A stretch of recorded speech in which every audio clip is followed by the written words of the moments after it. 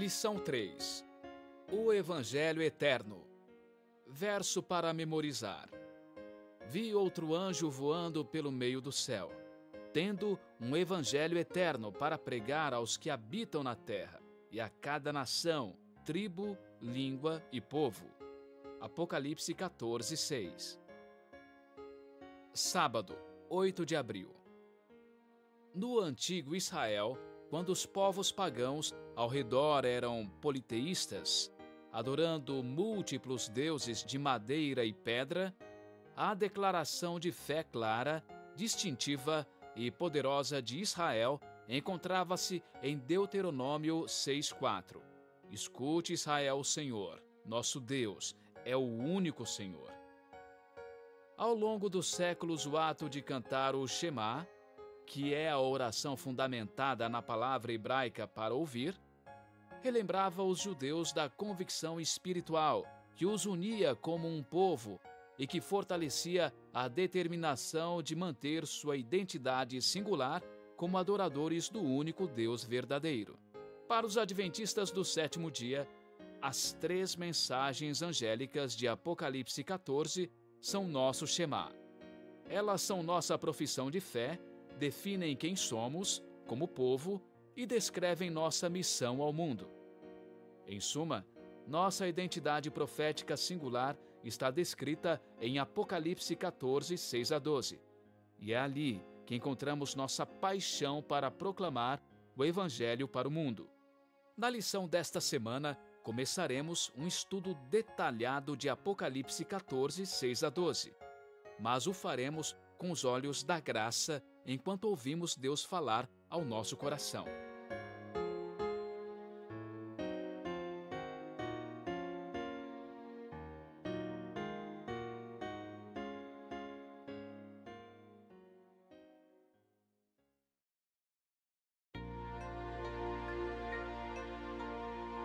Domingo, 9 de abril. Verso para memorizar. Vi outro anjo voando pelo meio do céu, tendo um Evangelho eterno para pregar aos que habitam na terra, e a cada nação, tribo, língua e povo. Apocalipse 14, 6. Um livro de esperança e de graça. Quando a maioria das pessoas pensa no último livro da Bíblia, não pensa na graça. Quando consideram a mensagem divina para os últimos dias, seus pensamentos se voltam para bestas assustadoras, símbolos místicos e imagens estranhas. O Apocalipse tranquiliza pessoas, mas também assusta, o que é lamentável porque o livro está cheio de graça e de esperança. Em meio às bestas assustadoras e alertas de perseguição à frente, Deus nos dá razões para nos alegrarmos na sua salvação. Ouça Apocalipse 1, de 1 a 3. Revelação de Jesus Cristo, a qual Deus lhe deu para mostrar aos seus servos as coisas que em breve devem acontecer e que ele, enviando seu anjo, deu a conhecer ao seu servo João, que atestou a palavra de Deus e o testemunho de Jesus Cristo, quanto a tudo o que viu.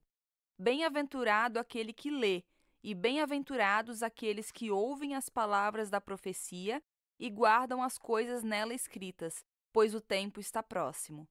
Apocalipse 14, 6. Vi outro anjo voando pelo meio do céu, tendo um evangelho eterno para pregar aos que habitam na terra, e a cada nação, tribo, língua e povo. Pergunta 1. Por que essas passagens não falam apenas sobre destruição, mas também sobre o Evangelho eterno? O Apocalipse é todo sobre Jesus. É sua mensagem ao seu povo e aplica-se, em especial, à sua igreja nos últimos dias. É uma mensagem de graça e esperança para o fim dos tempos.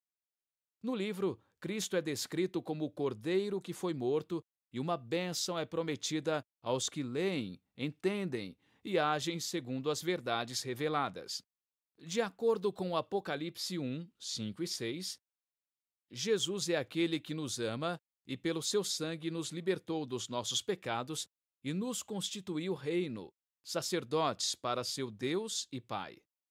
Em Cristo somos perdoados. A graça perdoa nosso passado, dá poder ao nosso presente e oferece esperança para o nosso futuro. Ou seja, em Cristo somos libertos da penalidade e do poder do pecado, e em breve seremos libertos de sua presença. Essa é a mensagem do último livro da Bíblia, o Apocalipse. O Apocalipse é uma mensagem urgente, cuja proclamação é retratada primeiro como um anjo que voa rapidamente no meio do céu, tendo um evangelho eterno. O evangelho? Salvação pela fé em Cristo? Morte expiatória de Cristo por nós? A promessa da vida eterna, não pelo que podemos fazer, mas pelo que Cristo fez por nós? Tudo isso está no início das 3 mensagens angélicas? Exatamente. Não é de admirar, então, que sejam mensagens cheias de graça, repletas de esperança e promessas para nós, seres fragilizados e sofridos. Embora seja fácil focalizar as bestas e advertências dos últimos dias, como equilibrar tudo isso com a mensagem mais importante do Apocalipse, a morte de Cristo em nosso favor?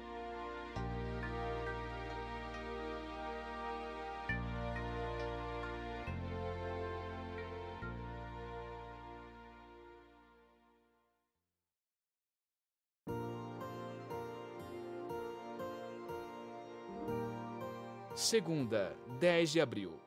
Verso para memorizar. Vi outro anjo voando pelo meio do céu, tendo um evangelho eterno para pregar aos que habitam na terra, e a cada nação, tribo, língua e povo. Apocalipse 14, 6. O evangelho eterno. Observe que Apocalipse 14, 6, o início das 3 mensagens angélicas, começa com o evangelho eterno. Se não compreendermos a profundidade do evangelho, perderemos todo o sentido das 3 mensagens angélicas. Se não entendermos o evangelho, jamais poderemos entender plenamente as questões descritas na mensagem da hora do juízo divino ou da queda de Babilônia, ou a marca da besta. Ouça 1 aos Coríntios 15, 1 a 4. Irmãos, venho lembrar-lhes o evangelho que anunciei a vocês, o qual vocês receberam e no qual continuam firmes. Por meio dele, vocês também são salvos, se retiverem a palavra, assim tal como a preguei a vocês, a menos que tenham crido em vão. Antes de tudo, entreguei a vocês o que também recebi, que Cristo morreu pelos nossos pecados, segundo as Escrituras, e que foi sepultado e ressuscitou ao 3º dia, segundo as Escrituras. Romanos 3, 24 a 26. Sendo justificados gratuitamente por sua graça, mediante a redenção que há em Cristo Jesus, a quem Deus apresentou como propiciação no seu sangue mediante a fé. Deus fez isso para manifestar a sua justiça, por ter ele, na sua tolerância, deixado impunes os pecados anteriormente cometidos, tendo em vista a manifestação da sua justiça no tempo presente, a fim de que o próprio Deus seja justo e o justificador daquele que tem fé em Jesus. Romanos 5, 6 a 8. Porque Cristo, quando nós ainda éramos fracos, morreu a seu tempo pelos ímpios. Dificilmente alguém morreria por um justo, embora por uma pessoa boa alguém talvez tenha coragem para morrer. Mas Deus prova o seu próprio amor para conosco pelo fato de Cristo ter morrido por nós quando ainda éramos pecadores. Pergunta 2. Como o Evangelho eterno é apresentado nesses textos? Que grande esperança é oferecida a nós? O Evangelho é a notícia sobre a morte de Cristo por nossos pecados, sua ressurreição, seu amor e sua preocupação por nós. Pela fé em seu sangue derramado e no poder da ressurreição, somos libertos da penalidade e do poder do pecado. Os pensamentos de Paulo estavam imersos em Cristo. O Salvador era o centro de seu ensino e pregação. O Cristo crucificado o redimiu da condenação e da culpa do passado. O Cristo ressurreto lhe deu poder para o presente, e o Cristo que voltaria lhe deu esperança para o futuro. Observe 4 pontos nos textos de Romanos. 1. Somos justificados pela graça. 2. A graça é uma declaração da justiça de Deus. 3. A graça justifica os que pela fé aceitam Jesus. 4. Deus demonstrou seu amor por nós enquanto éramos pecadores. A graça não pode ser comprada, não é obtida por mérito próprio, não é merecida. Jesus morreu a dolorosa morte que os perdidos morrerão, experimentando a plenitude da ira do Pai, ou o juízo contra o pecado. Ele foi rejeitado para que pudéssemos ser aceitos. Morreu a morte que era nossa, para que pudéssemos viver a vida que era dele. É de admirar que a salvação seja pela fé, sem as obras? O que as obras, mesmo as mais bem-intencionadas e santas, acrescentariam ao que foi feito por nós na cruz? O plano da salvação foi estabelecido antes do início dos tempos, o que explica o nome Evangelho Eterno. Antes da criação do mundo, Deus sabia o que ocorreria. Por isso, instituiu o plano para enfrentar a crise que viria.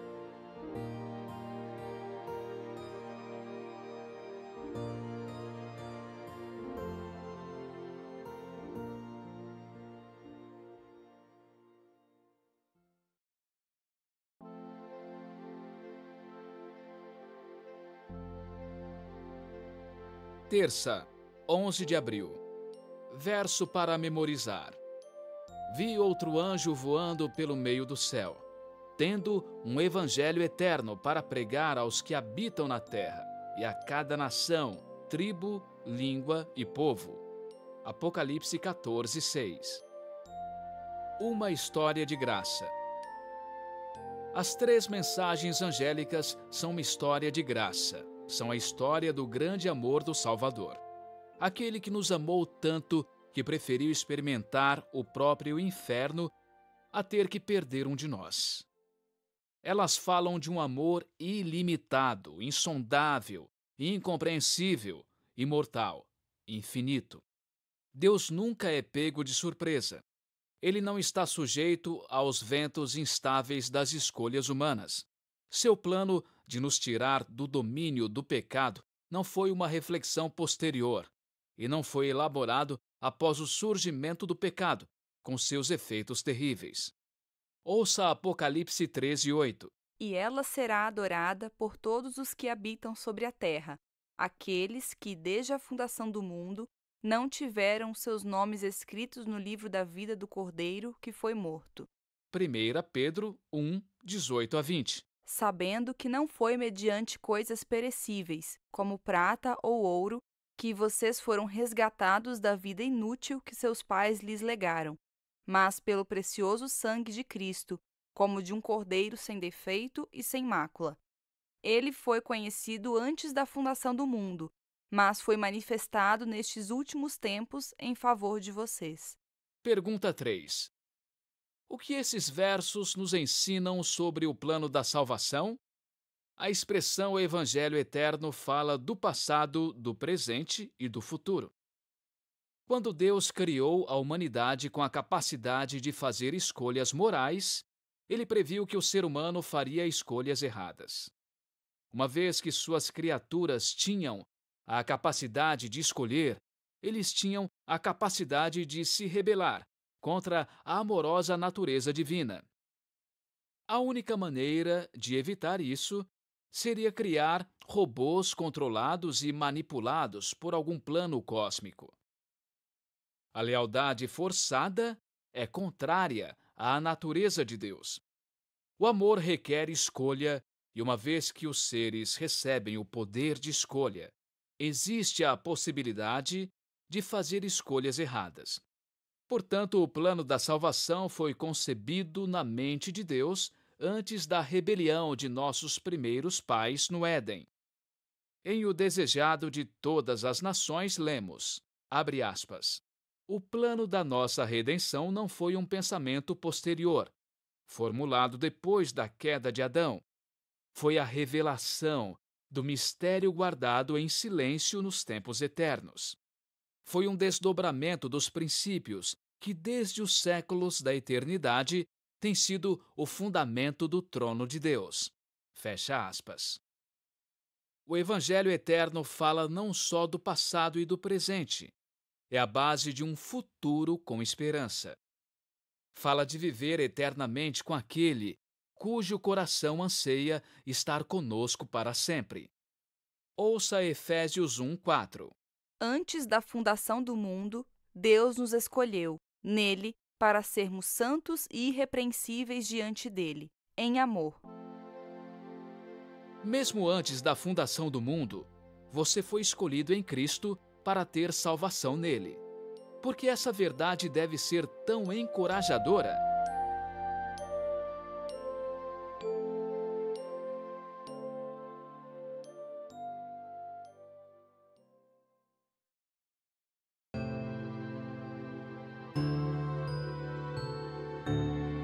Quarta, 12 de abril. Verso para memorizar. Vi outro anjo voando pelo meio do céu, tendo um evangelho eterno para pregar aos que habitam na terra, e a cada nação, tribo, língua e povo.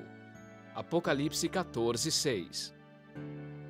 Em todo o mundo. Ouça Apocalipse 14:6.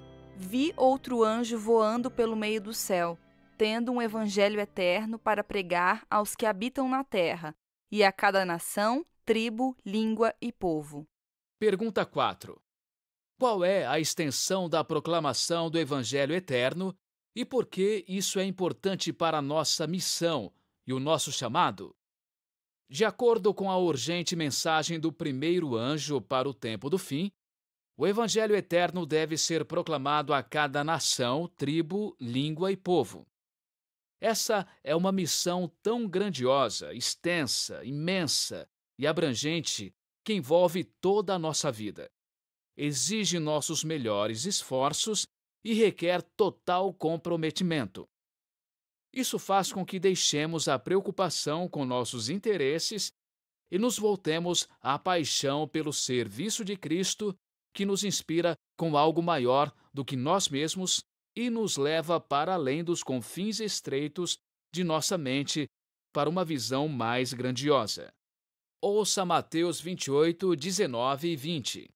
Portanto, vão e façam discípulos de todas as nações, batizando-os em nome do Pai, do Filho e do Espírito Santo, ensinando-os a guardar todas as coisas que tenho ordenado a vocês.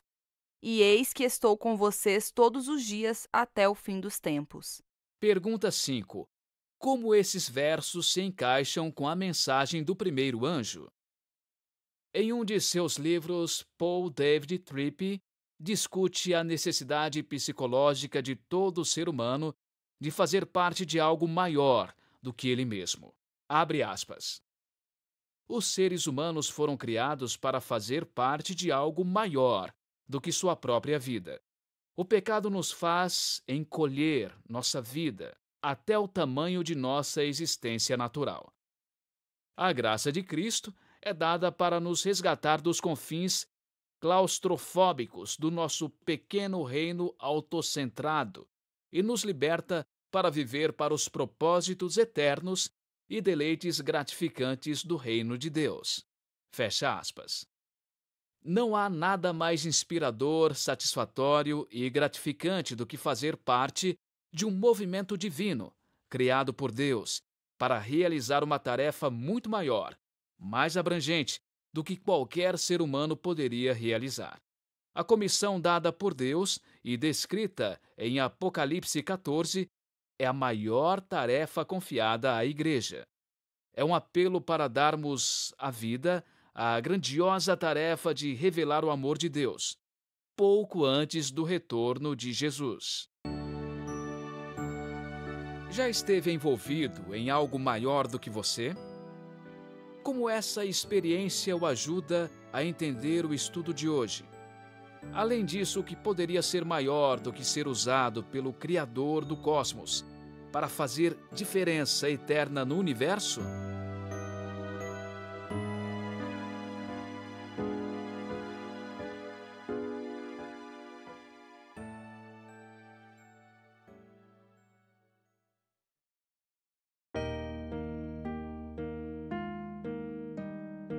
Quinta, 13 de abril.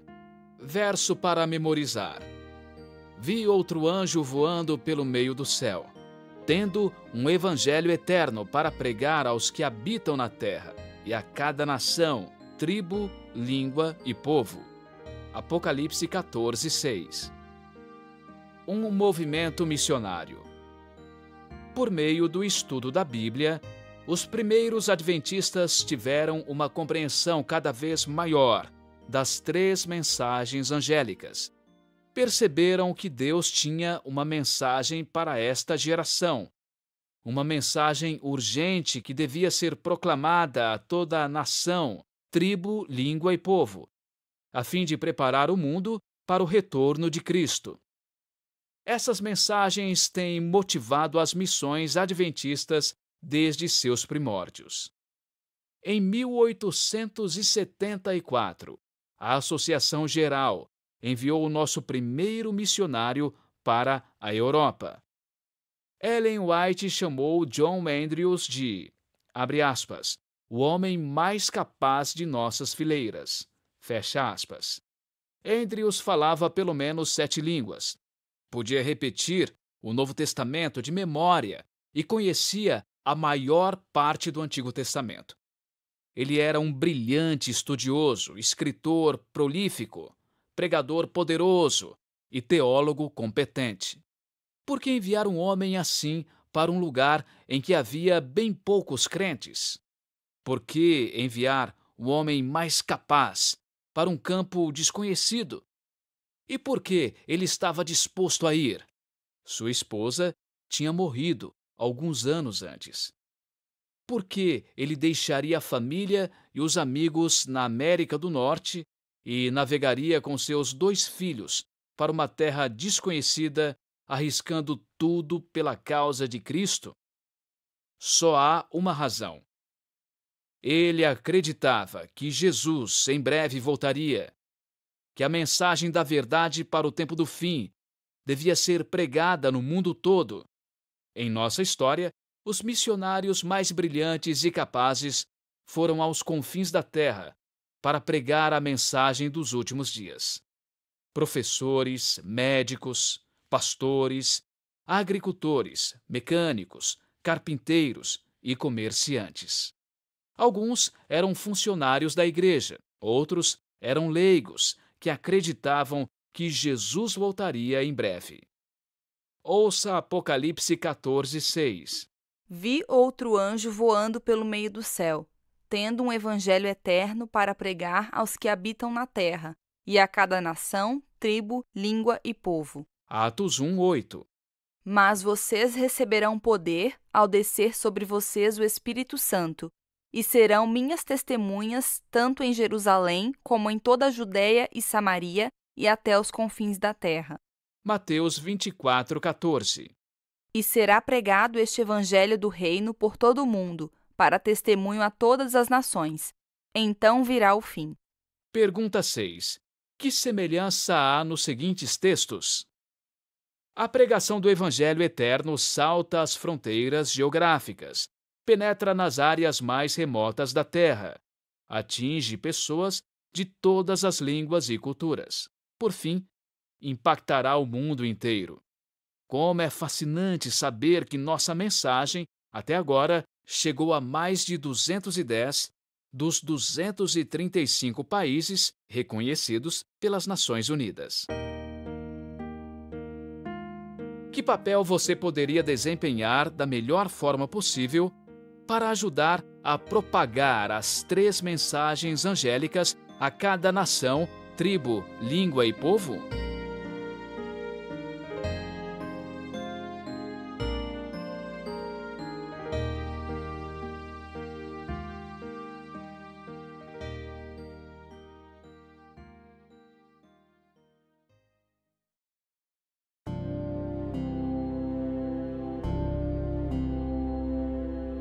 Sexta, 14 de abril. Verso para memorizar. Vi outro anjo voando pelo meio do céu, tendo um evangelho eterno para pregar aos que habitam na terra, e a cada nação, tribo, língua e povo. Apocalipse 14, 6. Estudo adicional. Reflita sobre nossa necessidade de fazer parte de algo maior do que a vida escassa, breve, muitas vezes corrupta, arruinada e decepcionante. Esse desejo faz sentido. Fisicamente, o que somos além de pacotes de carne que carregam o próprio cérebro, alguns quilos de material orgânico à base de carbono cuja composição parece mais um balde de frango frito do que um disco rígido. O que é o ser humano em comparação com o infinito que o cerca? Viver apenas para si mesmo, quando há tanto ao nosso redor e além de nós, é como ficar trancado a vida toda em confinamento em meio a uma grande cidade que você sente vibrando além das paredes. Poderia haver uma razão mais completa, grandiosa, gloriosa e significativa para viver do que proclamar a promessa da vida eterna em Jesus Cristo?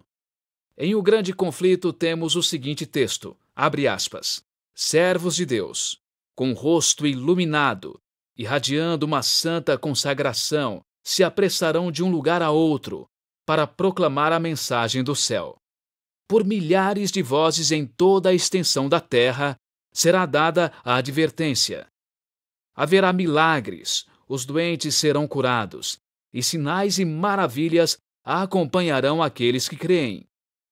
Satanás também realizará seus falsos milagres, fazendo até mesmo descer fogo do céu diante do povo. Assim, os habitantes da terra terão que tomar sua decisão. Fecha aspas. Perguntas para consideração.